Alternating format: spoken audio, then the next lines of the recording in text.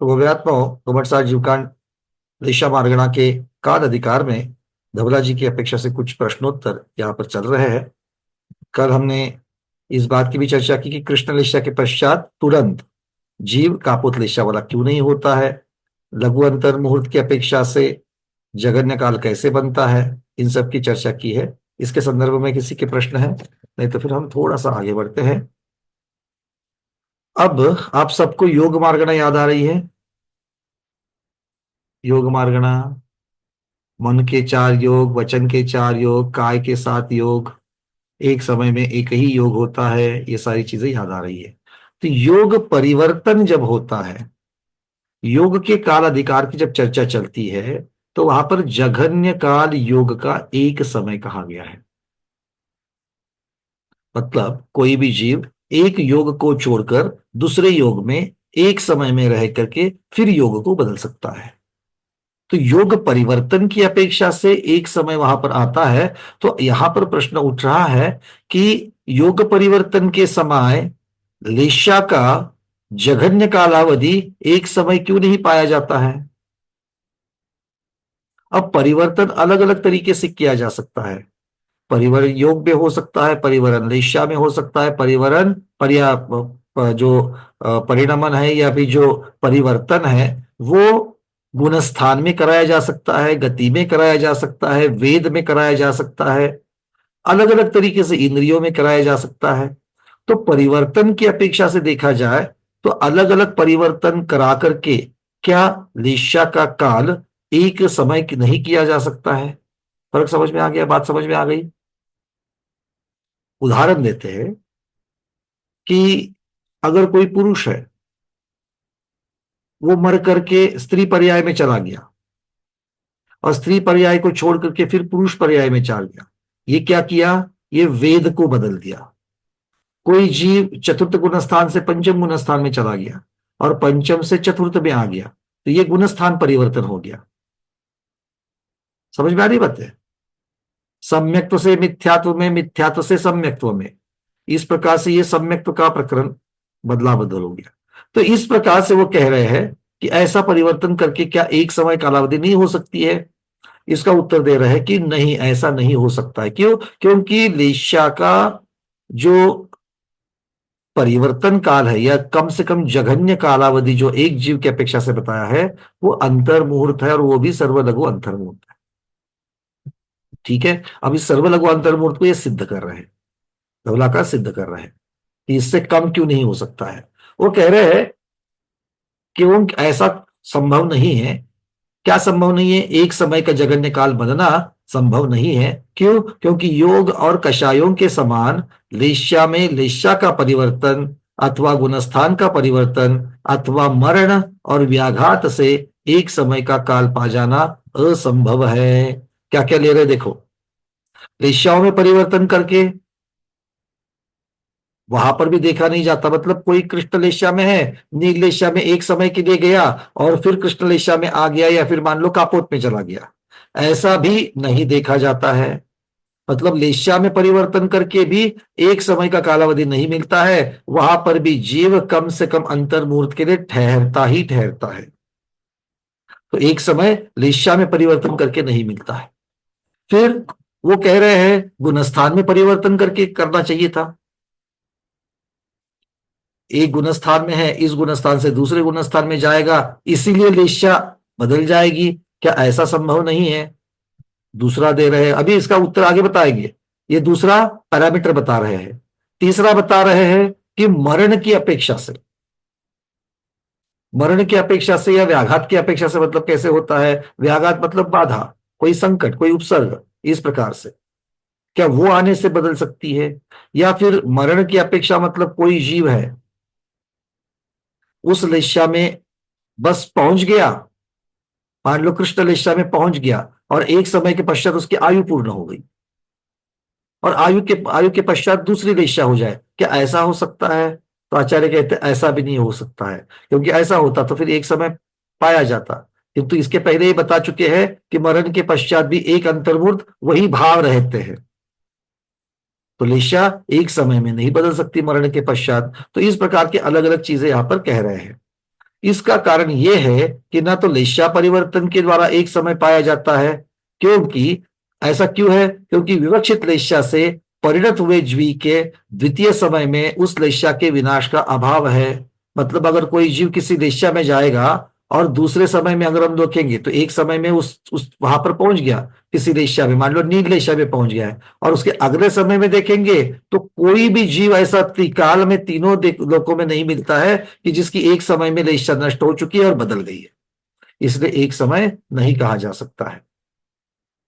फिर कहते हैं तथा इस प्रकार लेशा के साथ अन्य गुण स्थान को प्राप्त जीव के द्वितीय समय में अन्य लेशा में जाने का अभाव है। मतलब कोई जीव कृष्ण लेशा के साथ में कहां पर है, कृष्ण लेशा के साथ में मान लो चतुर्थ गुण स्थान में है,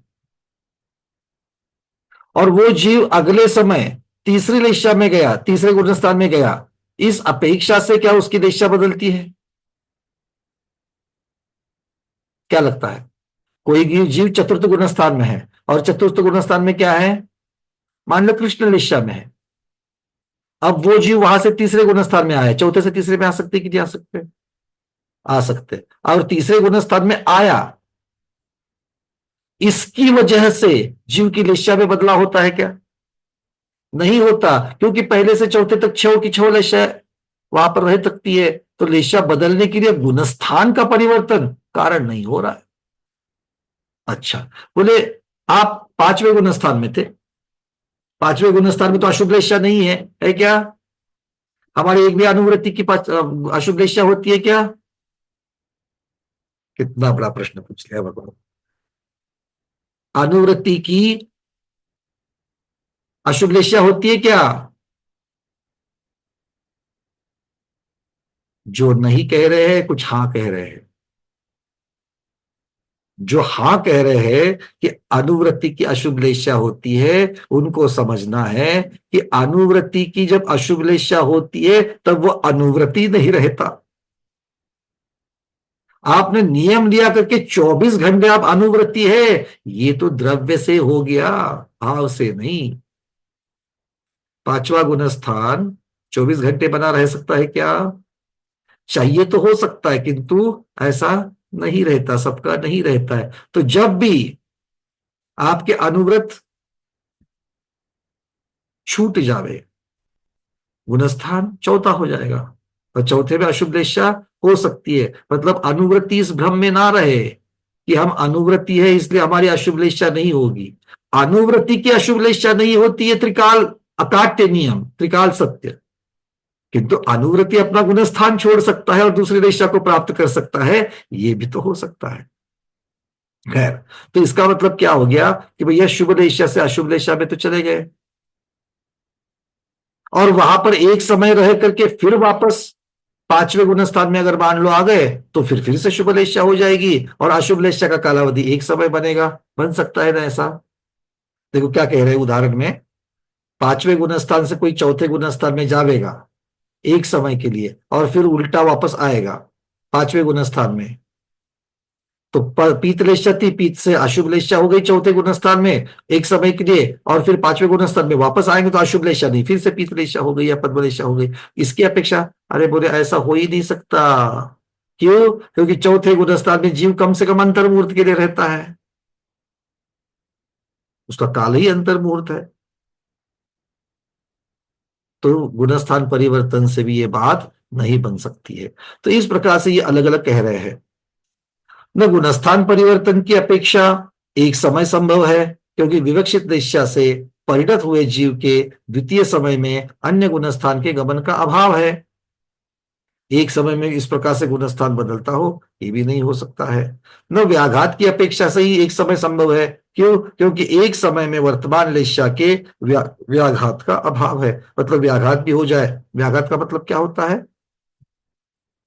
कोई बाधा, उपसर्ग, संकट, इस प्रकार से, तो उसमें भी नहीं। और न मरण की अपेक्षा एक समय संभव है, क्योंकि विवक्षित लेशा से परिणत हुए जीव के द्वितीय समय में मरण का अभाव है। कृष्ण लेशा का उत्कृष्ट, जैसे मैंने कहा कि मरण के पश्चात भी लेशा वही रहती है। कृष्ण लेशा का उत्कृष्ट काल, अब ये तो देव और इसकी अपेक्षा से कहा गया है कि अंतर्भूत रह जाएगा। किंतु बाकी जगह भी हमको यही समझना है कि परिणत होना, क्योंकि दूसरी में जाकर के फिर पहली में आना पड़ेगा। जैसे आप कहोगे भैया वो तो मरण के पश्चात तो विग्रह गति में भोग भूमि या जीव की तो बदलती है, भोग भूमि या जीव मरते वक्त तो पीतलेशा से मरा और भवनत्रिक में उत्पन्न होने जा रहा है, तो अगले समय विग्रह गति में अशुभ लेशा हो गई। बट अशुभ लेशा हो गई तो अशुभ से फिर से पीत कब होगी?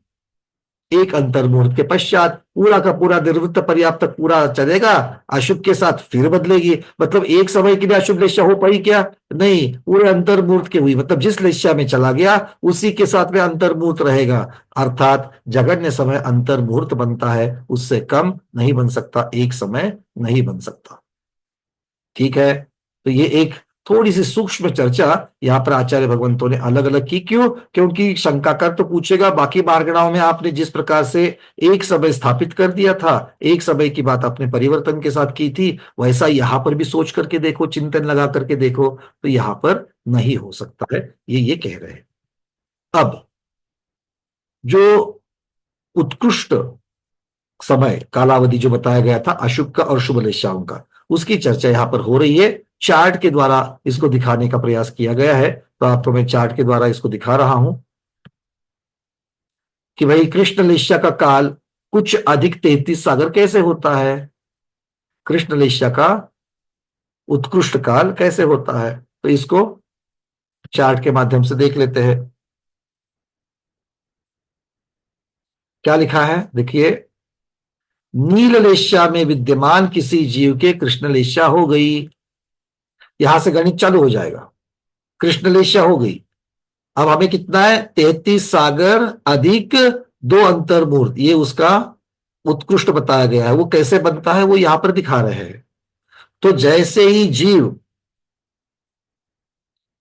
कृष्ण लेशा में आ गया, अभी तक मरा नहीं है, अब कृष्ण लेशा में सर्वोत्कृष्ट अंतर्मुहूर्त रहकर फिर मरण को प्राप्त हो गया, उसकी आयु पूर्ण हो गई। ऐसे जीव की अपेक्षा से ये निकाला है। सबके साथ ऐसा होवे ये जरूरी नहीं है, ये ज्यादा से ज्यादा कालावधि निकाल रहे हैं। तो किसकी अपेक्षा से निकलेगा? ऐसा जीव जो नील लेशा से कृष्ण लेशा में आ गया है। अब कृष्ण लेशा में आने का दूसरा रास्ता है क्या?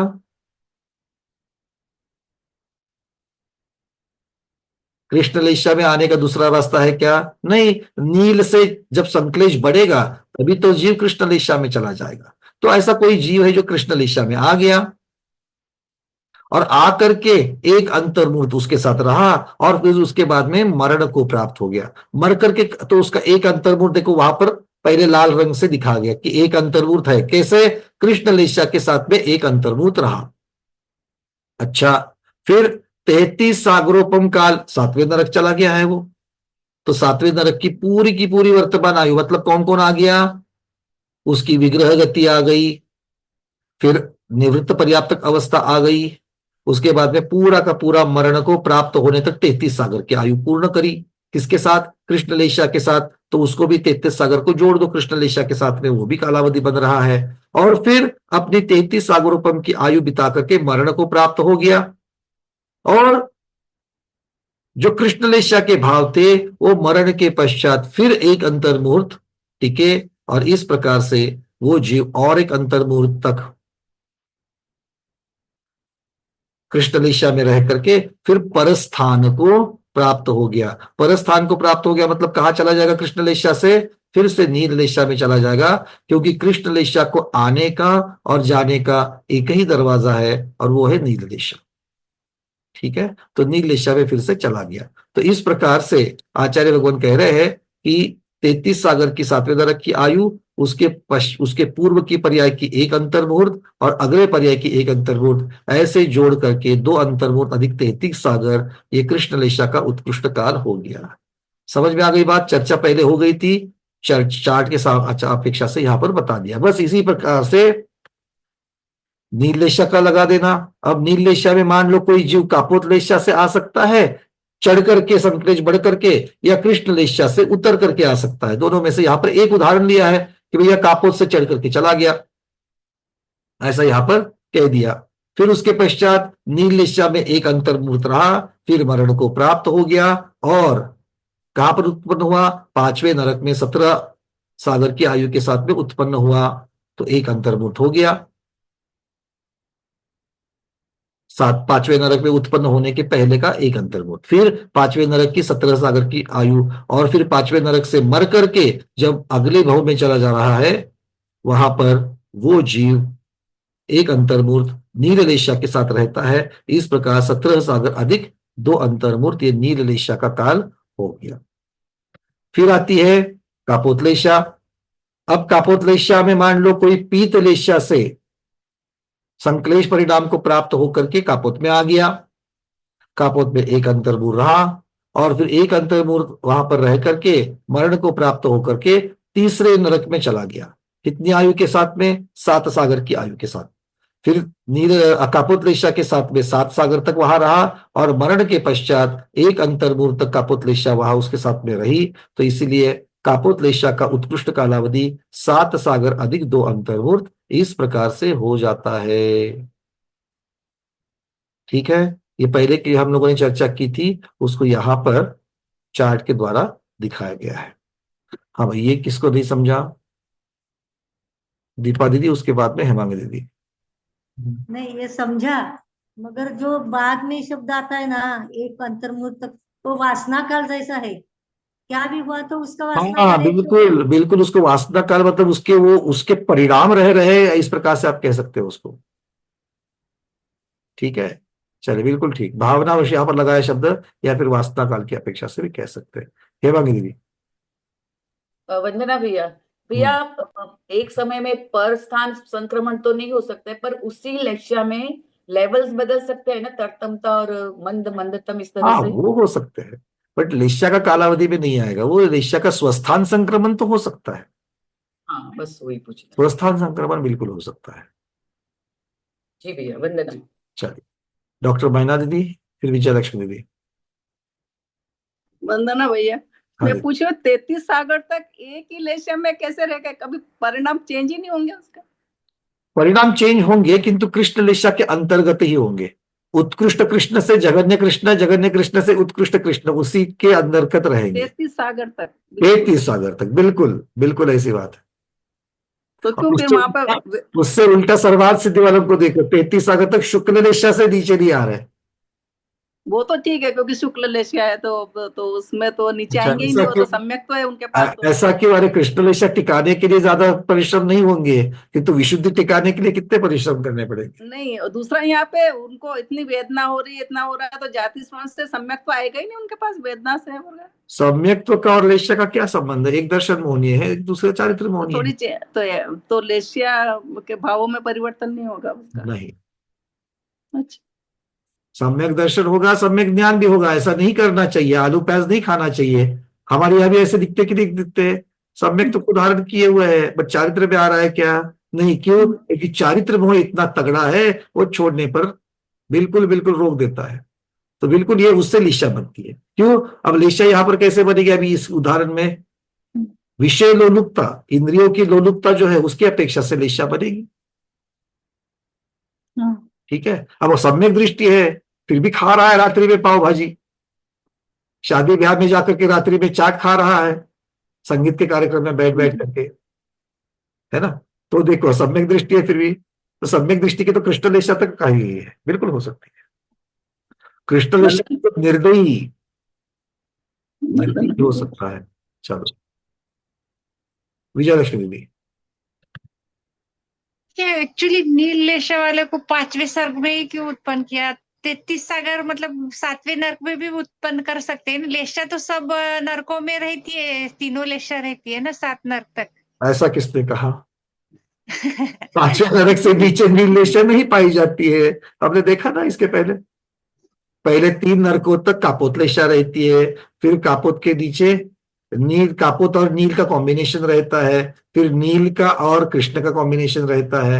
किंतु एक जगह ऐसी होती कि उसके नीचे नील लेशा नहीं पाई जाती है, एक जगह ऐसी होती जहां पर कापोत लेशा नहीं पाई जाती है। तो तीसरे नरक तक ही कापोत लेशा पाई जाती है, 5वें नरक तक नील लेशा पाई जाती है, उसके पश्चात नहीं पाई जाती। तो उत्कृष्ट आयु और वो लेशा, वो जहां तक पाई जाती है वहां तक उन्होंने उत्पन्न करा करके उसका काल निकाला है। ठीक है, मतलब नीचे 3 लेशा नहीं रहती है, मतलब उनका चेंज नहीं होता है। 7वें नर्क में नहीं, कृष्ण नहीं। लेशा कंपल्सरी रहती है। हाँ, बिल्कुल बिल्कुल, अभी वही बात हो गई। 33 सागर तक कृष्ण लेशा स्वस्थान संक्रमण करेंगे, परस्थान में नहीं जाएंगे। मतलब जो भी जीव 7वें नर्क जाएगा उसका कृष्ण लेशा ही रहेगी 33 सागर तक। 33 सागर तक, और 2 अंतर्भूत नहीं छोड़ना, वो भी है। ठीक है। यही तो देखो किस प्रकार के जीव है, और किस प्रकार की ये बातें होती है कि इतने इतने लंबे समय तक वो अपने परिणामों को नहीं छोड़ते हैं। और ये परिणाम ही है जो नए कर्म बंध का कारण है, जो नए कर्मों के आश्रयों का कारण है। बहुत महत्वपूर्ण बात है ये। लेस्या ये ऐसी है कि जो लेस्या से बचा वो तर गया और उसको मोक्ष मिल गया, यही बात है। नहीं, पण आपण नर्क 7वें नर्क में लेशा कृष्ण लेशा रहती है, पण उधर सम्यक्त्व भी पा सकता है ना वो। तो फिर मेरे को ऐसा पूछने था, भाव चेंज होते ना, अपन सम्यक पाना मतलब उसकी भाव चेंज होना चाहिए तो ही वो सम्यक पाएगा ना। क्योंकि ज्ञान में बहुत कुछ आता है, ज्ञान में बहुत कुछ आता है, चारित्र्य में जब तक नहीं आता है लेस्या नहीं बदलती है। सम्यक दर्शन प्राप्त होने के पश्चात उसको पश्चाताप हो सकता है, मैंने ये क्या किया, किंतु इतना करने तक उसके संक्लेश परिणाम देखो, वो मारकाट चली रही है, दुख है ही है, अलग अलग प्रकार के। अरे 7वें नरक में तो ऐसा बताया गया कि गाय भैंस के आकार के कीड़े बताए। अब बताओ क्या परिणाम होते होंगे। एक कीड़े को देख करके, अगर मान लो कभी मार्केट से फूल लेकर के आए और फूल के ऊपर, वो गेंदे के फूल के ऊपर लट रहती है, चलो फूल को छोड़ो, आप वो हरे भरे चने लेकर के आते हो दिसंबर जनवरी में अपने यहाँ जो मिलते हैं, छोटे छोटे कोले कोले ऐसे नरम नरम, आप चने लेकर के आते हो, हरे चने, उसके ऊपर कितनी सारी लट मिलती है। उसको जब देखते आप, माता बहनें जब उसको शोधन करती रहती हो अच्छी तरीके से, कोई फल नहीं ला कर लेकर के आए, कोई वेजिटेबल्स लेकर के आए, उसके ऊपर जब लट निकलती तो उसको देख करके आपके परिणाम कैसे होते हैं। अगर घर में कोई कॉकरोच दिखाई दिया तो उसको देख करके परिणाम कैसे होते हैं, कोई छिपकली दिखी तो कैसे परिणाम होते हैं। अब सोचो, इतने गाय भैंस के आकार के कीड़े अगर आप देखोगे, और उसमें ही आप उस सोकोल नदी में अगर आप वहां पर हो, तो क्या क्या भाव होते होंगे जीव के। नहीं, पण भाव होते हैं, मन मेरे को लगा ऐसा डर डर आता है ना, तो वो कृष्ण लेशा कैसा होता है डर, अकेला मतलब डर नहीं होता, अकेला डर नहीं होता, राग द्वेष बन जाते हैं। अकेला डर नहीं होता ना, राग द्वेष, द्वेष मतलब चारित्र मोहनी हो गया। तो चारित्र मोहनी होने की वजह से उस प्रकार की जो ग्लानि आदि के जो भाव आते हैं, उन भावों की अपेक्षा से वहां पर बिल्कुल भी संक्लेश परिणाम बन जाते हैं, और संक्लेश परिणाम से लेशाएं अशुभ रहती है। निर्दयता, सबसे बड़ी बात है निर्दयता, पक्षपात। अब 7वें नरक जाने वाला जीव जो है उसको आप ऐसा वैसा मत समझो, ऐसे क्या कांड किए होंगे उसने इसलिए वो वहां पर जा रहा है और वहां के परिणाम को भोग रहा है। तो वहां जाने के पश्चात सम्यक दर्शन भी हो जाए तो भी उसको चारित्र में कुछ आने की वहां पर संभावना नहीं। अरे बाकियों को छोड़ो, तीसरे नरक तक, तीसरे नरक तक तो तीर्थंकर प्रकृति का बंध किया हुआ जीव तीसरे नरक तक जा सकता है। तो सोचो, जिसने अब तीर्थंकर प्रकृति का बंध किया हुआ जीव का अर्थ क्या होता है, दर्शन विशुद्धि जैसी भावना भाने वाला जीव, और उसके परिणाम क्या हो रहे हैं देखो वहां पर जाकर के। कापोत लेशा से नहीं बच पा रहा है वो, भले नील और कृष्ण नहीं होगी, बट कापोत से पीत में भी नहीं आ पाता है वो। जिसने दर्शन विशुद्धि भावना भाई है उसको वहां पर सम्यक दर्शन के साथ भी वो उन सब चीजों को नहीं कर पा रहा है। वहां जाने के पश्चात सम्यक दर्शन प्राप्त कर सकता है। चलिए डॉक्टर शैला दीदी, जितने भी दर्शन को लेकर के जितने भी लोग ऐसे प्रश्न है वहां पे सब इसके साथ में हाँ, उसके मेरा भी वही प्रश्न था। मुझे ऐसा लग रहा था कि जब उनको सम्यक तो प्राप्त, तो उस समय उनकी लेशा में चेंज आना चाहिए, ऐसा मेरा मतलब मेरे भाव थे। क्योंकि हम लोग इनडायरेक्टली ऐसा सोचते हैं कि जब जिसका श्रद्धान बदल जाता है, श्रद्धान बदलते ही उनके आचरण में बदल आ जाता है, ऐसा हम लोग गलत सोचते हैं इनडायरेक्टली। ऐसा जरूरी नहीं है कि श्रद्धान के साथ में, ऐसा ये भी नहीं है कि श्रद्धान के साथ में आचरण नहीं बदलता है। श्रद्धान के बिना, सम्यक श्रद्धान के बिना आचरण सम्यक भी नहीं होता है, किंतु होवे ही ये जरूरी नहीं है। क्योंकि आजू बाजू की परिस्थितियां जो है वो बहुत महत्वपूर्ण है, बहुत महत्वपूर्ण है। क्योंकि जो व्यक्ति अगर सम्यक्त्व के जो अविभाग प्रतिच्छेद वहां पर प्राप्त होंगे, सम्यक देखो पास होने के लिए 99% से पास होना और 35% से पास होना, दोनों में फर्क होगा कि नहीं होगा? दोनों जगह पर पास हुआ करके ही बोलेंगे, किंतु सम्यक्त्व के जो अविभाज्य प्रतिच्छेद रहेंगे सम्यक्त्व के, वो जो उस गुण के, वो कितने रहेंगे, किस प्रकार के रहेंगे, और उससे कितना। हमने बहुत जगह पर इस प्रकार से भी देखा है कि भैया छठे गुण के जो महाव्रत है, जो तपस्या है, वही तो मनःपर्यय ज्ञान को उत्पन्न कराती है। आया ना? मनःपर्यय ज्ञानी कोई श्रावक बन सकता है क्या? नहीं। मिथ्या दृष्टि बन सकता है क्या? नहीं। सम्यक दृष्टि महाव्रती, वो भी महातपस्वी, वर्धमान चारित्र वाले, किंतु वर्धमान चारित्र है, बाकी सब है, किंतु सबको मनःपर्यय ज्ञान प्राप्त नहीं होता। क्यों? क्योंकि वो जो बाकी की पर्याप्त उसकी पात्रता है, वो मनःपर्यय ज्ञान का, ज्ञानावरण कर्म का क्षयक्षम करने के लिए अभी तक वो सक्षम नहीं है। इसीलिए किसी चीज का प्राप्त होना और उसकी ताकत कितनी है, इसके ऊपर बहुत सारी चीजें आगे की निर्भर होती है। तो इस प्रकार से अगर सोचेंगे तो उत्तर मिल जाएगा। ठीक है शैला दीदी? हाँ हाँ, वही मतलब मेरा भी वही, अभी जो चिंतन आपने बताया ना, इसमें से लगा कि एक मतलब एक समय के लिए भी उनका मतलब ऐसा लेश्या कृष्ण मतलब मध्यम जगन्य, बस ऐसे इसमें वो रहते, बस मतलब वहां जाते ही नहीं, मतलब कृष्ण को छोड़ के भागते ही नहीं कहीं, एक ऐसा मतलब। 35% से पास हुआ इंजीनियर है, दूसरा 99% हाँ, से पास हुआ है, दोनों में फर्क होगा। ठीक है, चलिए रूबी दीदी।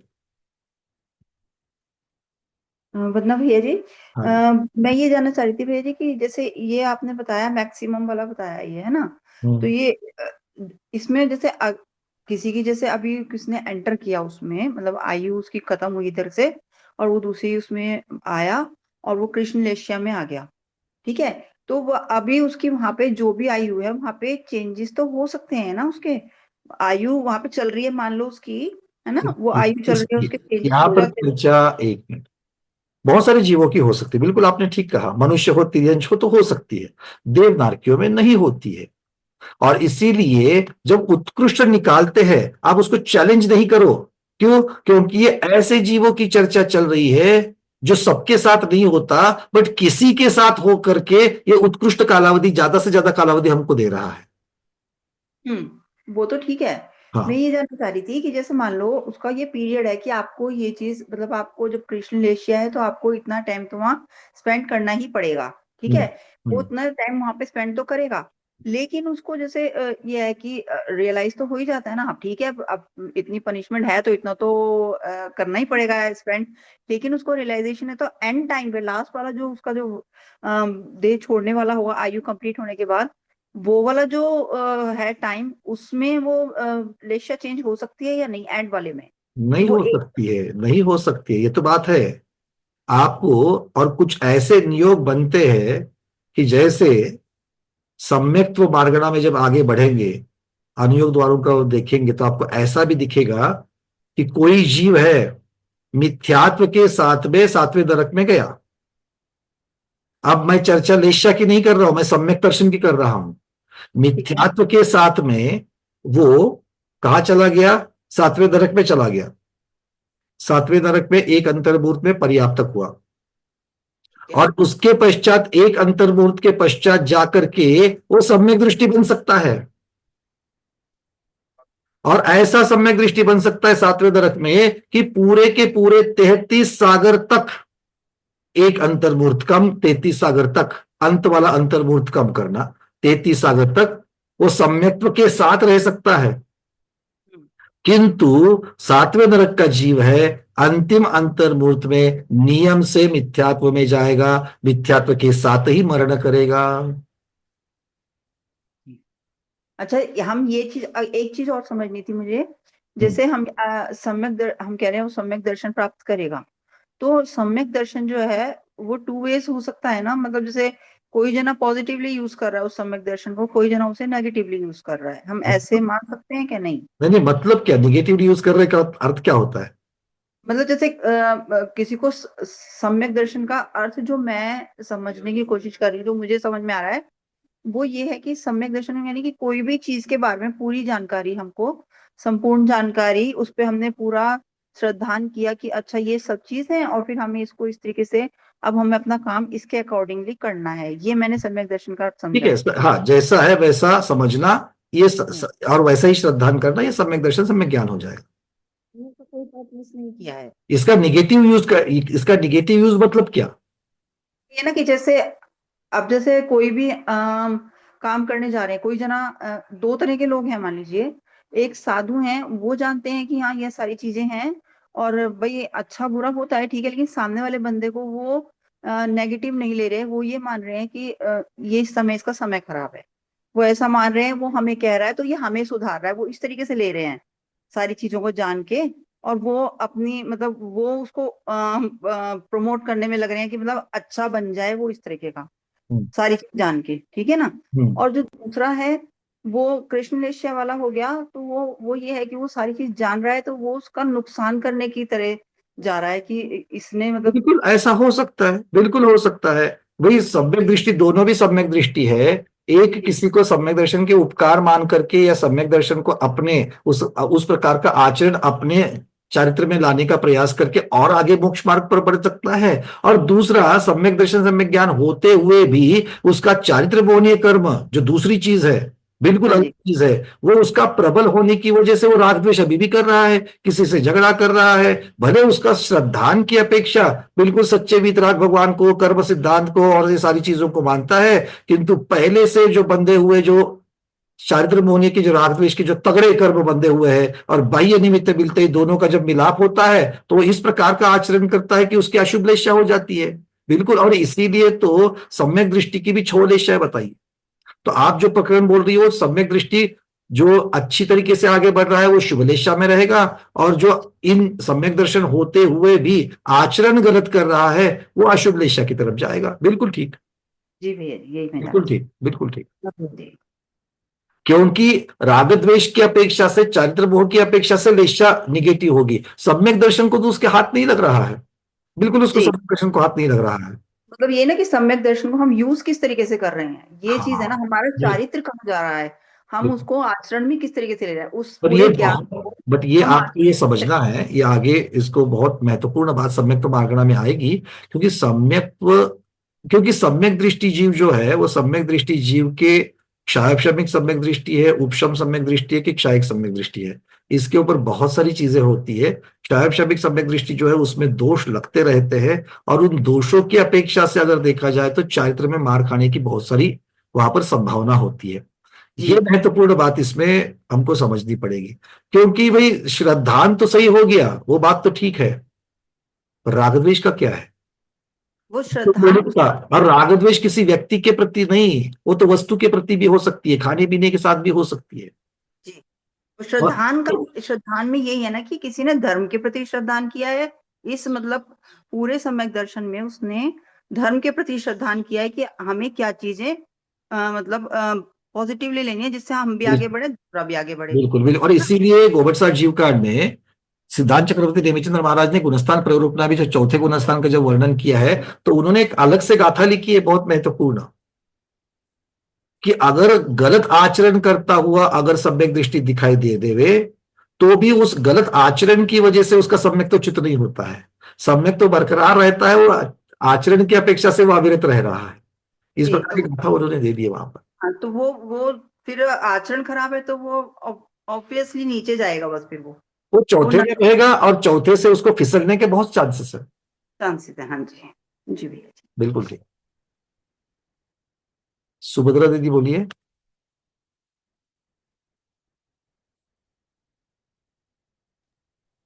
वंदना भैया। हाँ महेंद्र बोलिए। मैं ये कहना चाह रहा हूँ कि जैसे ये जो लेशा की ये बात कर रहे हैं अपन, तो अपन अनादिकाल से है, तो अपना फिर भी ये लेशाओं के साथ इन जगह पे गया होगा, सातवें नरक में भी गया होगा, तीसरे में भी गया होगा, दूसरे में भी गया होगा, मतलब और अच्छी लेशाओं के साथ ऊपर स्वर्ग में भी गया होगा। सर्वासिद्धि नहीं गया, सिर्फ इतना ही प्रॉब्लम है, सर्वासिद्धि नहीं गया।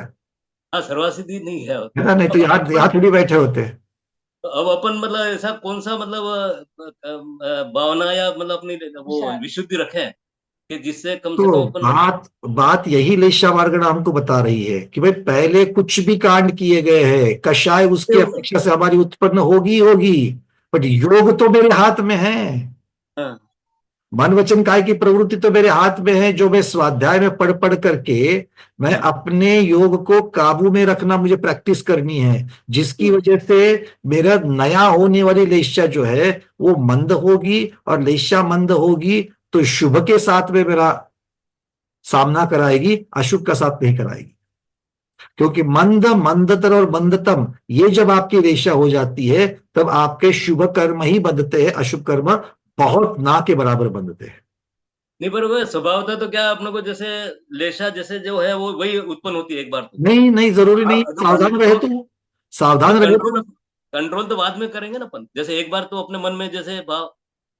देखो कषाय उत्पन्न हो गई जी, आप स्वाध्याय में बैठे हो, जी, तीव्र क्रोध वाली, मान लो यहां से ऐसी कोई बात चली, जी, यहां से ऐसी कोई बात चली, हो सकता है पंथवाद की हो, संतवाद की हो, हाँ, कोई भी बात जो मुझे पसंद नहीं है, और मैं जिससे मुझे बहुत चिढ़ता हूं, मैं ऐसी चीज कितनी बार बोलने के पश्चात भी, अरे कितनी बार बताएंगे, वही वही आप लोग वही बात करोगे, नहीं मानोगे।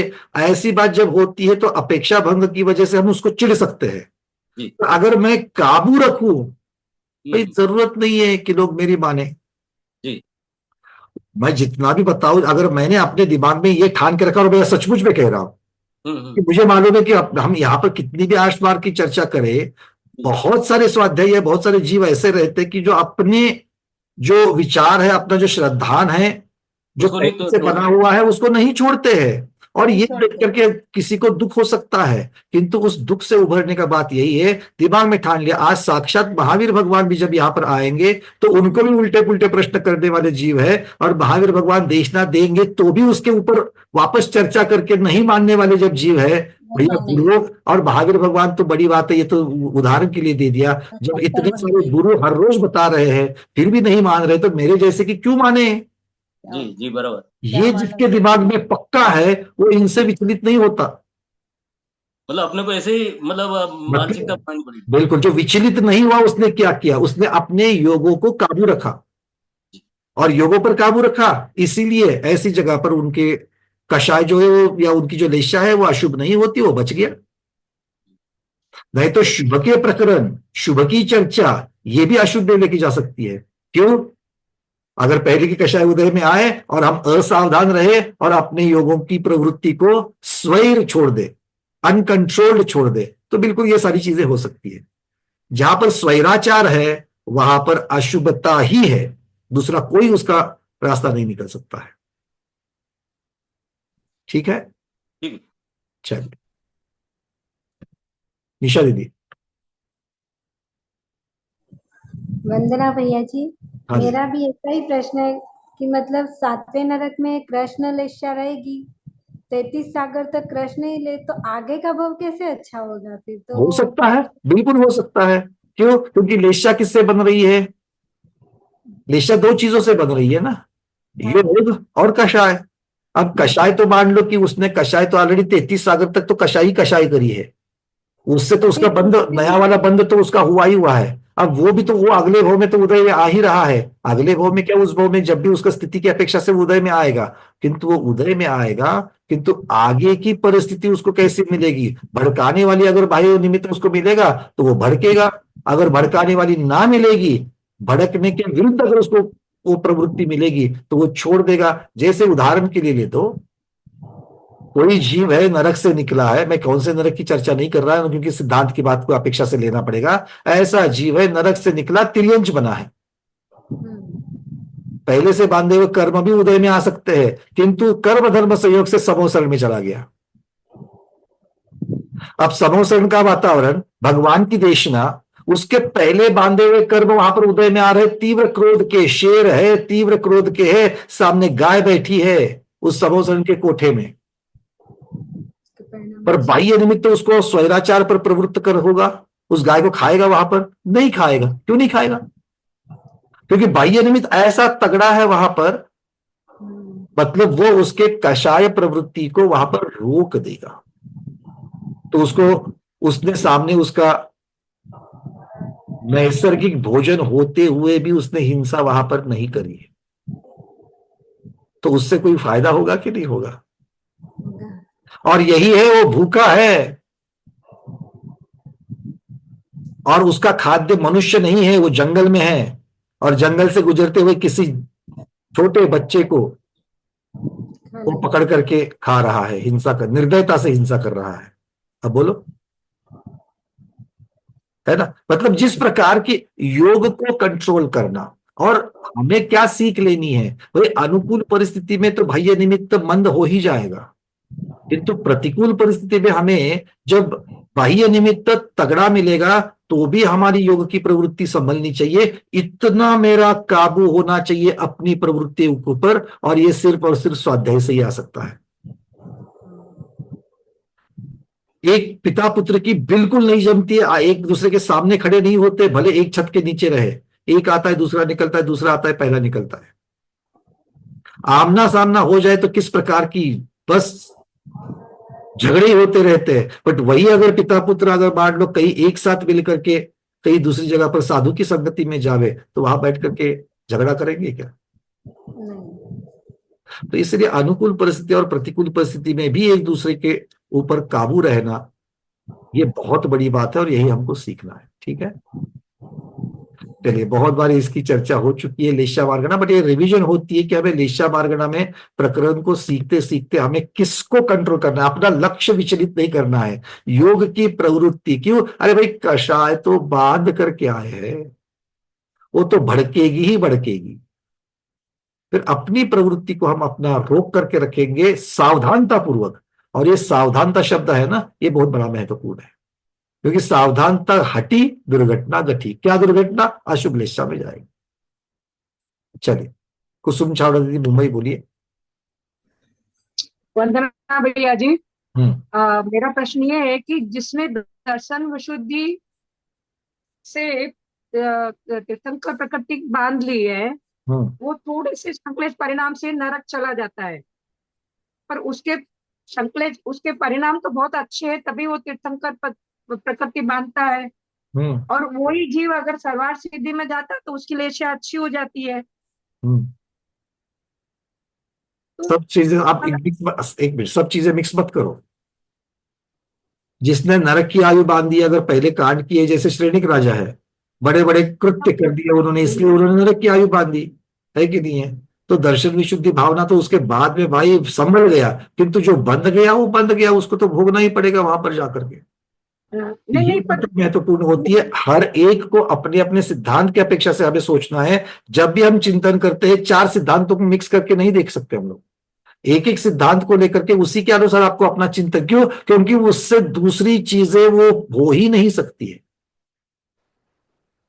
क्योंकि वैसा हो ही नहीं सकता है।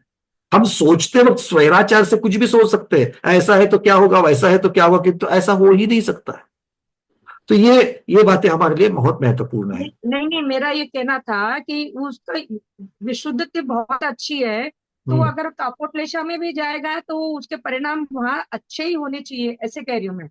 नहीं, कापोतलेशा में जाएगा तो बिल्कुल, देखो नरक में जा रहा है, कापोतलेशा के जात में जाएगा। पहले नरक में गया उनका जीव सम्यक्त्व के साथ, क्षायिक सम्यक्त्व के साथ, तीर्थंकर प्रकृति के साथ गया, सारी चीजें है। और वहां पर भी सम्यक्त्व जैसा उनका क्षायिक सम्यक्त्व है, तो प्रति समय तीर्थंकर प्रकृति बंद ही रही है, क्योंकि तीर्थंकर प्रकृति का बंद जो है वो तो सम्यक्त्व के साथ में अपने अपने गुणस्थान तक, वो विच्युति तक तो चलता ही रहेगा। और वो वहां पर भी, नरक में भी बंद जो है उसका चल रहा है। ऐसा नहीं कि यहीं पर सिर्फ बंद गई, वहां पर भी बंद चल रहा है उनका। पर फिर भी लेशा कापोत के स्वस्थान के अंतर्गत ही जितना रहेगी, कभी मंद, कभी तीव्र, कभी मध्यम, इस प्रकार से स्वस्थान में कापोत में वो बदलाव होती रहेगी। ठीक है, चलिए अरविंद जी। वन्ना भैया जी, इस सम्यक दृष्टि से ऑपोजिट अगर सोचते हैं तो मिथ्या दृष्टि जो जीव है, अगर राजा है वो तो पक्षपात रहित बिहेव करके अपने खुद के पुत्र को भी देह दंड देता है, बराबर। तो इसमें जो योग में जो प्रवृत्ति आएगी, जो इसमें तो लेशा चेंज नहीं होगी? बिल्कुल होगी, क्योंकि आप जिस प्रकार का कार्य करेंगे उस प्रकार की लेशा होगी, बिल्कुल होगी, क्यों नहीं होगी? क्योंकि कोई भी कार्य जो करते हैं भावना के साथ में ही करते हैं। अब भावना मन वाले जीव की अपेक्षा से नहीं कह रहा हूं मैं, बिना मन वाले की भी तो कह रहा हूं। जैसे कोई एक केंद्रीय जीव है और वो मायाचारी करके, जैसे रंग बदल करके या फिर ट्रैप लगा करके कोई मधुमक्खी को या कोई मक्खी को आदि को, कीटकों को जो पकड़ते हैं, और उसको खा लेते हैं, उनका रस शोषण करते हैं। इस प्रकार की जो चीजें हैं वो तो मायाचारी के साथ में कर रहा है। तो मायाचारी क्या है? चारित्र मोहनीय है, मायाचारी के साथ में उसकी कषाय उस प्रकार की बन रही है, तो उस प्रकार के कर्मों को बांध रहा है फिर से। तो मन वाला हो या बिना मन वाला हो, बिना मन वाले के साथ में थोड़ा सा कम वाला बंधेगा, मन वाले के साथ में तो और जिम्मेदारी बढ़ जाती है, क्योंकि वहां पर फिसलन ज्यादा है। ये बात महत्वपूर्ण है, ठीक है। हाँ, बट राजा हो, प्रजा हो, जो भी हो, जो चूका सो चूका, उसकी कषाय बिगड़ गई तो कर्म बंध। क्योंकि आचार्य धौलाकार कह रहे हैं कर्म के साथ सामना कराने वाली, कर्म के साथ जोड़ने वाली जीव को, वो कौन है? तो लेशा है। ये बहुत महत्वपूर्ण। और लेशा अकेली चीज नहीं है, ये बहुत बड़ी बात है। लेशा अकेली चीज नहीं है कषाय की जैसी। कषाय और फिर योग प्रवृत्ति, ये दोनों को लेकर के हमको चलना पड़ेगा। शोभाज मेरा दीदी। वंदना भैया जी। हाँ दीदी। मैं शिखर जी की तीर्थ वंदना करके आई, सभी स्वाध्याय परिवार का नमस्कार बोला वहां पे। और मेरा प्रश्न उसी पर आधारित है कि अब जैसे अमुक भगवान के काल में 96 करोड़ 96,56,742 मुनि मोक्ष गए, ऐसा बोलते हैं। तो क्या उनके पूरे शासन काल में इतने जीव मोक्ष जाते हैं क्या? बिल्कुल ऐसा ही समझना है, क्योंकि उनके साथ, भगवान के साथ में तो कोई इतने जीव तो होते, वहां पर वो मोक्ष नहीं जा सकते हैं, क्योंकि 6 महीने 8 समय में 608 जीव जाएंगे, तो ये सिद्धांत है। तो इतने जीव तो 6 महीने के लिए भी नहीं जा और सकते। फिर अभी महावीर भगवान का शासन काल चल रहा है, वहां बोलते हैं कि भाई महावीर भगवान के इसमें समझो 1000 मुनि मोक्ष को गए। तो फिर अभी तो उनका शासन काल पूरा नहीं हुआ, तो फिर वो कैसा समझेंगे? हाँ, तो काल पूरा नहीं होगा, अभी तो यहाँ से आगे तो कोई मोक्ष जाने वाले नहीं है ना, क्योंकि ये कहाँ तक चलेगा वहां पर तो। हाँ, मतलब अब तो अंतिम तीर्थंकर का शासन काल है ये। तो अंतिम तीर्थंकर के शासन काल में अब तो यहाँ पर तो कोई मोक्ष नहीं जाने वाला। तो जितने गए सो गए, अंतिम केवली श्रीधर केवली तक तो सब लोग चले गए, उसके पश्चात कोई नहीं। चलिए,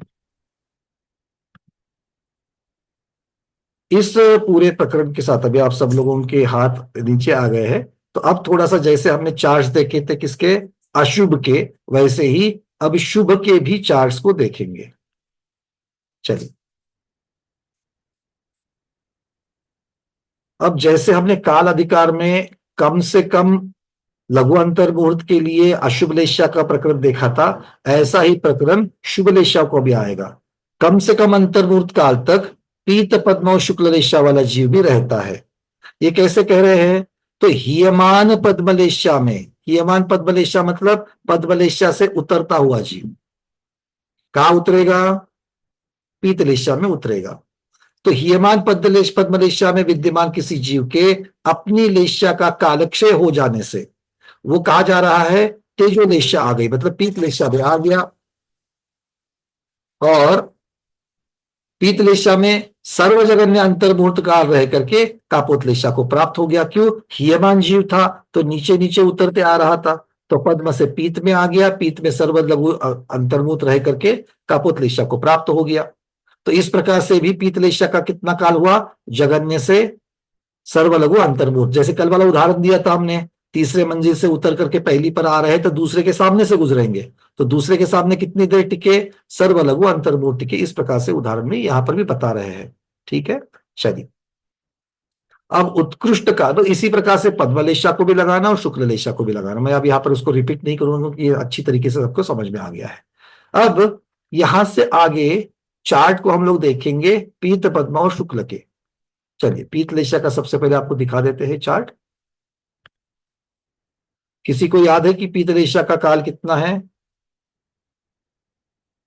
2 अंतर्मुहूर्त अधिक 2.5 सागर कह दिया है, तो उसको यहां पर दे रहे हैं। तो कापोतलेशा में विद्यमान जीव के लेशा काल का क्षय हो जाने से पीतलेशा आ गई, मतलब पीतलेशा में जीव आ गया, गणित शुरू हो गया। अब पीतलेशा में आ गया है, उसके साथ में अंतर्मुहूर्त काल रह करके वहां से मरण को प्राप्त हो गया। कल्पवासी की आयु बांधी थी, कहा चला गया? घातायुष्क है, घातायुष्क होकर के सौधर्म स्वर्ग युगल में चला गया। तो स्वर्ग युगल में जाकर के वहां पर 2 सागर अधिक 2.5 और आधा सागर की आयु घातायुष्क की अपेक्षा से प्राप्त हुई। तो पीत लेशा के साथ चला गया, तो मरण के बाद की मतलब वो जो पर्याय देव की है सौधर्म युगल की, उसके पहले के पर्याय की अंतर्मूर्त पीतलेशा हुई। उसके पश्चात देव की आयु की पर्याय 2.5 सागर की, वहां पर पीतलेशा हुई, उसको जोड़ दो। और मरण के पश्चात एक अंतर्मूर्त फिर से वो पीतलेशा वैसी की वैसी रह गई। तो इसका अर्थ ये हो गया। और वहां से आगे फिर परस्थान को वो जा सकती है। तो इस प्रकार से 2.5 सागर अधिक 2 अंतर्मूर्त हो सकती है। ये पीतलेशा स्वधर्म स्वर्ग युगल की अपेक्षा से वहां पर वर्णन हो गया। ऐसे ही पद्मलेशा का होगा सहस्त्रा स्वर्ग की अपेक्षा से, वहां पर आयु कितनी है 18 सागर, घातायुष्क की अपेक्षा से 18.5 सागर। तो 18.5 सागर ये वहां के देव के वर्तमान आयु, उसके पहले की पर्याय का एक अंतर्मूर्त, अगले की पर्याय का अंतर्मूर्त, उस प्रकार से ये 2 अंतर्मूर्त उसमें जोड़ दिए। ठीक है। अच्छा, उसके पश्चात फिर पद्मलेशा के पश्चात आ गया शुक्ललेशा। तो शुक्ललेशा में कैसे जाएंगे? अच्छा, शुक्ललेशा में एक मिनट, यहां पर पीत और पद्म का निकाला है, पर शुक्ललेशा का भी आएगा। शुक्ललेशा में कहां पर है? शुक्ललेशा में 33 सागर, वहां पर पहले का एक अंतर्मूर्त और अगला एक अंतर्मूर्त, इस प्रकार से वो हो जाएगा। वहां पर घातायुष्क की अपेक्षा से वर्णन नहीं आएगा। तो ये प्रकरण हम लोगों ने देखा था। भाई सब बातें ठीक है, यहां तक की ये जो चर्चा हुई थी उसके प्रकार से यहां पर चले थे। अब अंतर अधिकार जाने से पहले घुमटशाला जीवकांड का तो ये विषय नहीं है, पर चूंकि थोड़ा सा अनुयोग द्वारों की अपेक्षा से थोड़ा बहुत हमारा चिंतन चलना चाहिए, जो इसके पहले मैंने कहा था। तो अब यहां पर अब तक जो हम लोगों ने काल की चर्चा की, वहां पर सिर्फ लेशा को सामने रख करके हमने काल की चर्चा की। भाई एक बार जीव नील लेशा में चला गया तो नील लेशा के साथ कितना देर तक रहेगा, इसकी अपेक्षा से हमने वर्णन निकाला। पहले पूर्व की अंतर्मूर्त, अगले पर्याय की अंतर्मूर्त, मतलब गति में जो वहां पर बदलाव आया है, गति के बदलाव की हमने चर्चा नहीं की। गुणस्थान के बदलाव की चर्चा हमने नहीं की। या फिर अगर कहीं पर मान लो वेद बदल जाता है तो वेद के बदलाव की चर्चा नहीं की। सम्यक्त्व मिथ्यात्व में बदलाव आता है तो उसकी चर्चा हमने नहीं की। तो इन सब की अपेक्षा से वर्णन अनुयोग द्वारों में और डिटेल्स में होता है। तो उस चिंतन को करके अपनी बुद्धि को थोड़ा सा अनुयोग द्वारों की अपेक्षा से भी लेशा का वर्णन करने के लिए जो षटखंडागम का विषय आता है, उसमें सिद्धांत चिंतामणि टीका की अपेक्षा, सर्वार्थ सिद्धि में भी विषय आ गया है और सिद्धांत चिंतामणि टीका में पूज्य माता जी ने भी कहा था। तो आज हम थोड़ा सा उसकी भी चर्चा करेंगे। वहां पर 2 प्रकार का वर्णन होता है, एक ओघ और फिर आदेश। सबको याद है ये, एक सामान्य कथन, एक विशेष कथन। सामान्य में गुणस्थान की अपेक्षा से कथन, तो गुणस्थान को मूल संदर्भ में लेकर के फिर लेशा का वर्णन हो जाएगा, और फिर मार्गणाओं को सामने रख करके मार्गणा में गुणस्थान को ला करके उसका वर्णन किया जाएगा। किंतु विषय क्या रहेगा? लेशा, और लेशाओं का काल। तो कालानुगम की अपेक्षा से वर्णन होगा। रूबी दीदी आपके प्रश्नों को मैं बाद में लूंगा, थोड़ा सा इस विषय को मैं शुरू करना चाहता हूं आज। ठीक है, चलिए। तो सबसे पहले एक चार्ट को आपके सामने रख रहा हूं।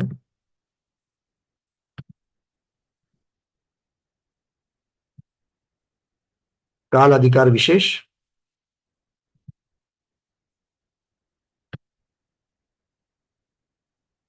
आपके सामने पीडीएफ होगी तो पीडीएफ में भी ये सारी चीजें रखी हुई है। और इसमें अभी तक हमने जो पढ़ा हुआ वर्णन है वो भी आएगा, किंतु जो अभी हमने पढ़ा था वो मिथ्या दृष्टि की अपेक्षा से वर्णन है, सम्यक दृष्टि की अपेक्षा से वर्णन है, कौन से गुणस्थान की अपेक्षा से वर्णन है, ये सब कुछ हमको समझ में आएगा। ठीक है, चलिए। सबसे पहले क्या कह रहे हैं? अशुभ लेशा की अपेक्षा। कृष्ण, नील और कापोत लेशा वालों में मिथ्या दृष्टि जीव। अब विचार आपको किसकी अपेक्षा से करना है? मिथ्या दृष्टि जीव की अपेक्षा से करना है। वहां पर नाना जीवों की अपेक्षा सदा सर्वदा काल है, मतलब अशुभ लेशा और मिथ्यात्व गुणस्थान, ये कॉम्बिनेशन नाना जीवों की अपेक्षा सदा सर्वदा काल चलेगा। सर्वधा, ये शब्द जो वहां पर आया था, अद्धा मतलब काल और सर्व मतलब हमेशा, तो इनका काल हमेशा रहेगा, सदा सर्वदा रहेगा। बात समझ में आ रही है यहां तक? अनुगम की बस में चढ़ गए कि नहीं चढ़ गए सब लोग? कोई नीचे तो नहीं रह रहा है?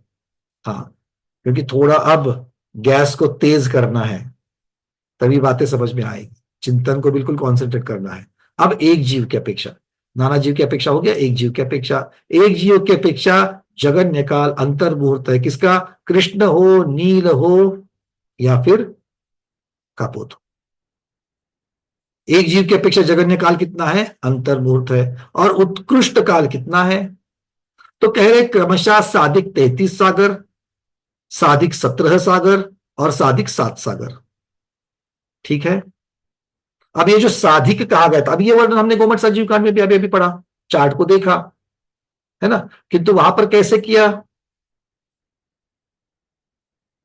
गुणस्थान की अपेक्षा से वर्णन नहीं किया वहां पर। तो वहां पर सिर्फ और सिर्फ लेशा को सामने वही कर दिया। भाई पूर्व पर्याय का एक अंतर्मूर्त, पूरी की पूरी आयु उस नरक की 33 सागर मान लो कृष्ण लेशा की है तो 33 सागर, और मरने के पश्चात एक अंतर्मुहूर्त। बट जैसे आप लोगों ने कहा कि भैया 33 सागर तक कोई लेशा में बदलाव नहीं होगा क्या, तो आचार्य कहते लेशा में बदलाव नहीं हुआ बट गुणस्थान में हो सकता है। 33 सागर तक एक ही गुणस्थान रहे ये जरूरी नहीं है, आया ना? बोलो। नरक में, 7वें नरक में कोई जीव 33 सागर तक उसके बीच में मिथ्यात्व से सम्यक्त्व में भी जा सकता है, प्रथमोपशम करे तो। प्रथमोपशम से गिर करके सासादन गुणस्थान में भी जा सकता है। क्षायोपशमिक सम्यक दृष्टि अगर मान लो, वहां जाकर के तो कर सकता है, उसके साथ वहां नहीं जाएगा, सम्यक्त्व के साथ 7वें नरक में नहीं जाएगा, बट वहां जाकर के तो प्राप्त कर सकता है। और ऐसा सम्यक दृष्टि तीसरे गुणस्थान में भी आ सकता है। क्यों? क्योंकि 7वें नरक तक सभी नरकों में चारों गुणस्थान पाए जाते हैं, मतलब 7वें नरक में भी पाए जाते हैं। तो गुणस्थान में बदलेंगे तो गुणस्थान की अपेक्षा से मुझे काल निकालना है। मतलब पूरे 33 सागर में भले कृष्ण लेशा रही, किंतु मिथ्यात्व गुणस्थान पकड़ बदल करके अगर कोई चौथे गुणस्थान में जाएगा तो अब मेरा कालावधि चेंज हो जाएगा। क्यों? क्योंकि मैं पहले गुणस्थान की अपेक्षा से कृष्ण लेशा का काल निकाल रहा हूं। आ रही बात समझ में? आप क्या फर्क पड़ रहा है? पहले गुणस्थान बदले तो भी मैं उसकी तरफ, डॉक्टर मैना दीदी बात समझ में आ रही क्या? पहले गुणस्थान बदला तो भी मैं उसके ऊपर नजरअंदाज कर रहा था। क्यों? क्योंकि मुझे चेक करने का जो मेरा गणित था वो सिर्फ लेशा की अपेक्षा से था, अब बदल रहा है। तो क्या कह रहे हैं अब?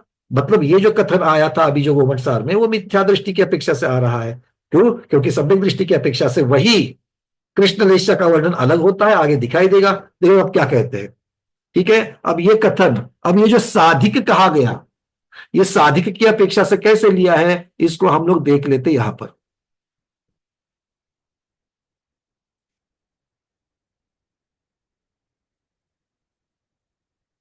अब तक का वर्णन पहले जैसे पढ़ा वैसे ही, पूर्व पर्याय में मिथ्यात्व के साथ में ही ये लेशा थी, मिथ्यात्व के साथ में नरक में गया, संपूर्ण आयु मिथ्यात्व के साथ रहा, उसी लेशा के साथ रहा, और मरने के पश्चात मिथ्यात्व में ही वो जीव निकल करके चला गया, और वो मिथ्यात्व गुणस्थान में वो लेशा एक अंतर्मुहूर्त तक बरकरार रही। इस प्रकार से कृष्ण लेशा का 33 सागर अधिक 2 अंतर्मुहूर्त, नील लेशा का 17 सागर अधिक 2 अंतर्मुहूर्त, और कापोत लेशा का 7 सागर अधिक 2 अंतर्मुहूर्त। ये बातें हो गई। अब चलते हैं आगे, सासादन सम्यक दृष्टि की अपेक्षा से वर्णन निकाल रहे हैं।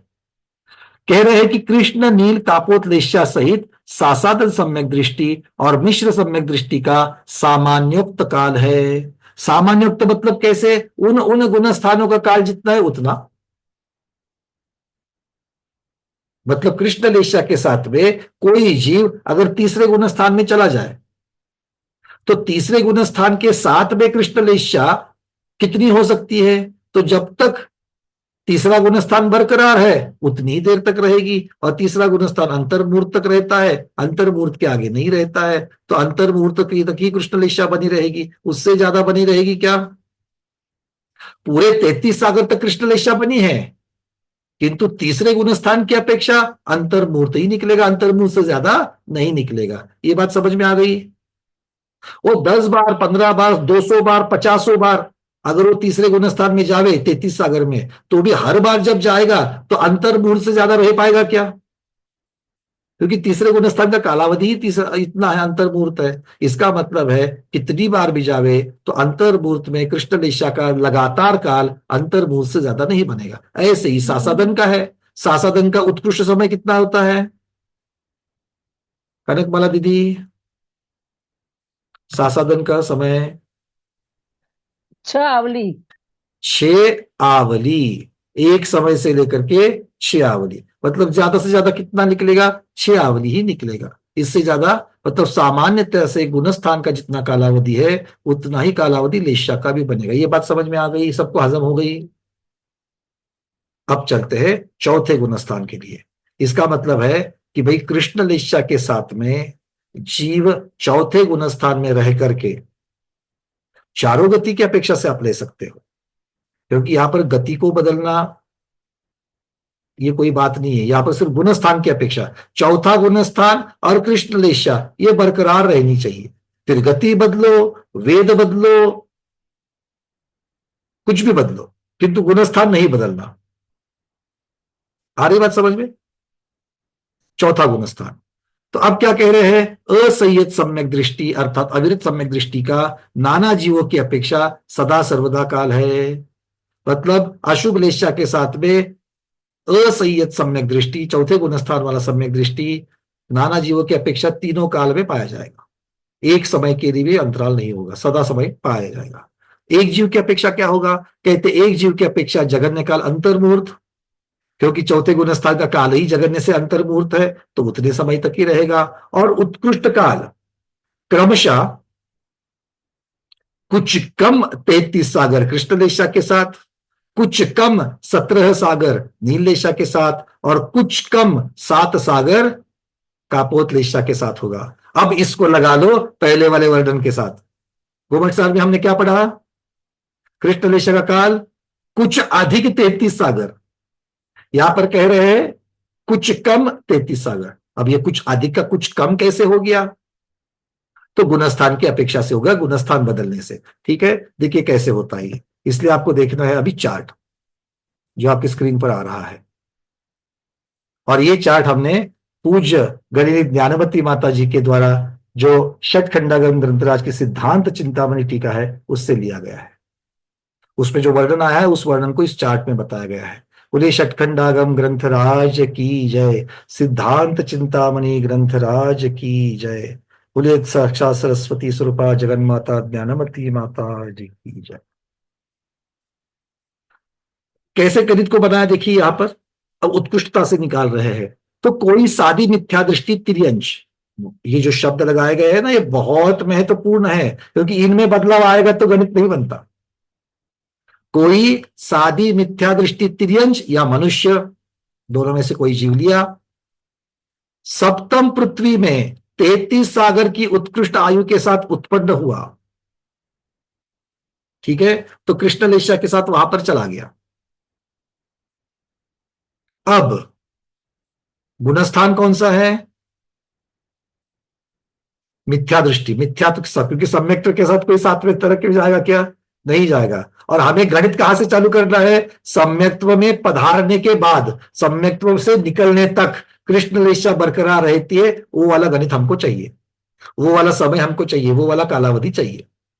तो इसलिए कह रहे हैं कि अब वहां पर पहुंच तो गया, फिर कहते हैं कि सर्वप्रथम क्षव पर्याप्ति से पर्याप्त हुआ। तो पर्याप्त होने के लिए मिथ्यात्व के साथ गया है, तो पर्याप्त होने के लिए कितना समय लगा? एक अंतर्मुहूर्त लगा। अभी तक वो सम्यक दृष्टि हुआ है क्या? कृष्ण लेशा है, सम्यक दृष्टि हुआ है क्या? नहीं हुआ। किंतु एक अंतर्मुहूर्त बीत गया, किसमें से? 33 सागर में से एक अंतर्मुहूर्त बीत गया, आया ना? हाँ, चलो अब अंतर्मुहूर्त तक विश्राम करता है। विश्राम करता है मतलब क्या? सोता नहीं है वहां पर वो।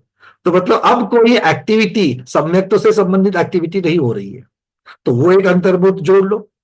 फिर तीसरा, फिर एक अंतर्मुहूर्त में विशुद्ध होकर के, विशुद्ध मतलब भावों की विशुद्ध का साथ में वेदक सम्यक्त्व को प्राप्त हो गया। अब ये वेदक सम्यक्त्व क्यों कर रहे हैं? क्योंकि शुरुआत में कहा कोई सादी मिथ्या दृष्टि है, अनादि नहीं है। अनादि होता तो क्या होता? अनादि होता तो क्या होता? प्रथमोपशम करना पड़ता। ठीक है, और प्रथमोपशम के साथ में उत्कृष्ट सम्यक्त्व का कालावधि बन सकता है क्या? नहीं बन सकता है। मतलब प्रथमोपशम वाला गणित नहीं चलेगा, वेदक वाला ही गणित लेना पड़ेगा। अच्छा, फिर क्षायिक सम्यक दृष्टि के साथ करते, तो क्षायिक सम्यक दृष्टि 7वें नरक में चला नहीं जाएगा, है ना, इस प्रकार से। तो अब यहां पर कह रहे हैं कि अंतर मुहूर्त काल प्रमाण, अब 3 अंतर मुहूर्त तो चले गए, 33 सागर से 3 अंतर मुहूर्त चले गए, किस लिए? सम्यक्त्व को प्राप्त करने के लिए। तो 3 अंतर मुहूर्त के पश्चात सम्यक्त्व को प्राप्त हुआ। अब सम्यक्त्व को प्राप्त हुआ और कब तक सम्यक्त्व के साथ रहा? वेदक सम्यक्त्व के साथ कब तक रहा? पूरी की पूरी 33 सागर आयु एक अंतर मुहूर्त रहने तक। एक अंतर मुहूर्त कम 33 सागर ये आयु रह गई उसकी। अब कहने के लिए एक अंतर मुहूर्त कह रहे, सूक्ष्मता में जाकर के क्या कह रहे देखो।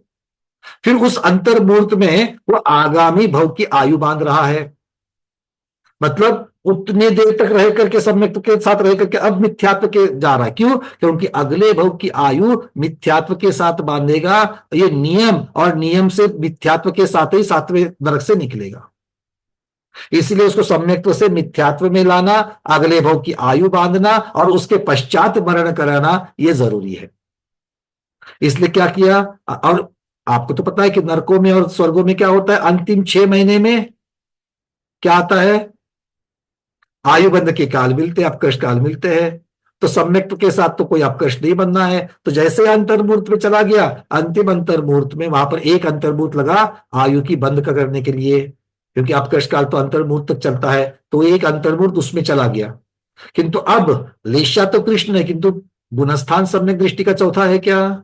नहीं, ये मिथ्यात्व के साथ जा रहा है। मतलब वो सम्यक दृष्टि की जो चर्चा थी वो वहीं पर पूर्ण हो गई। अब एक अंतर मुहूर्त और जोड़ लो कि जो कृष्णलेशा के साथ तो है, नरक में तो है 7वें नरक में, किंतु सम्यक्त्व के साथ नहीं है, तो ये एक अंतर मुहूर्त उसका वहां पर निकल गया। फिर एक अंतर मुहूर्त तक विश्राम किया और फिर अंतिम अंतर मुहूर्त में आयु पूर्ण करके नियम से तिर्यंच गति में प्रवेश कर गया। 33 सागर पूरे हो गए। पर 33 सागर में पहले के 3 अंतर मुहूर्त और अंत के 3 अंतर मुहूर्त अगर देखेंगे तो ये 6 अंतर मुहूर्त जो है सूक्ष्मता से उसके सम्यक्त्व के साथ नहीं थे। तो बीच वाला 6 अंतर मुहूर्त कम 33 सागर का जो उसका समय है वो सम्यक्त्व गुणस्थान के साथ में, चौथे गुणस्थान के साथ और कृष्णलेशा के साथ मिल जाता है। इसलिए चौथे गुणस्थान की अपेक्षा कृष्णलेशी असंयत सम्यक दृष्टि जीव का उत्कृष्ट काल कितना मिलता है? 6 अंतर मुहूर्त कम 33 सागरों पर मिलता है। आ गई बात समझ में? अब इसका चिंतन करने बैठे तो कितनी बढ़िया सामायिक हो जाएगी। देखो, तो आपको सामायिक का खाद्य दिया जा रहा है। ऐसा सामायिक करना, ये सब चिंतन करते करते अशुभ में जाओगे ही नहीं। और इस बात का चिंतन मिल जाएगा, भले कोई जीव 7वें नरक में गया है, अरे श्रद्धान को पकड़ लेवे तो इतनी देर तक 6 अंतर मुहूर्त कम 33 सागर तक अपने वेदक सम्यक्त्व को पकड़ करके रख सकता है। और हम मनुष्य में रहते हुए, नवदेवताओं की शरण में रहते हुए, जिनवानी मां का पान करते हुए, गुरुओं का सानिध्य पाते हुए, 5 इंद्रियों को बढ़िया लेते हुए, सुख के साथ बिताते हुए, क्या वेदक सम्यक्त्व को पकड़ करके नहीं रख सकते? कितनी देर तक? अब जितना बचा है उतनी देर तक पकड़ सकते कि नहीं पकड़ सकते?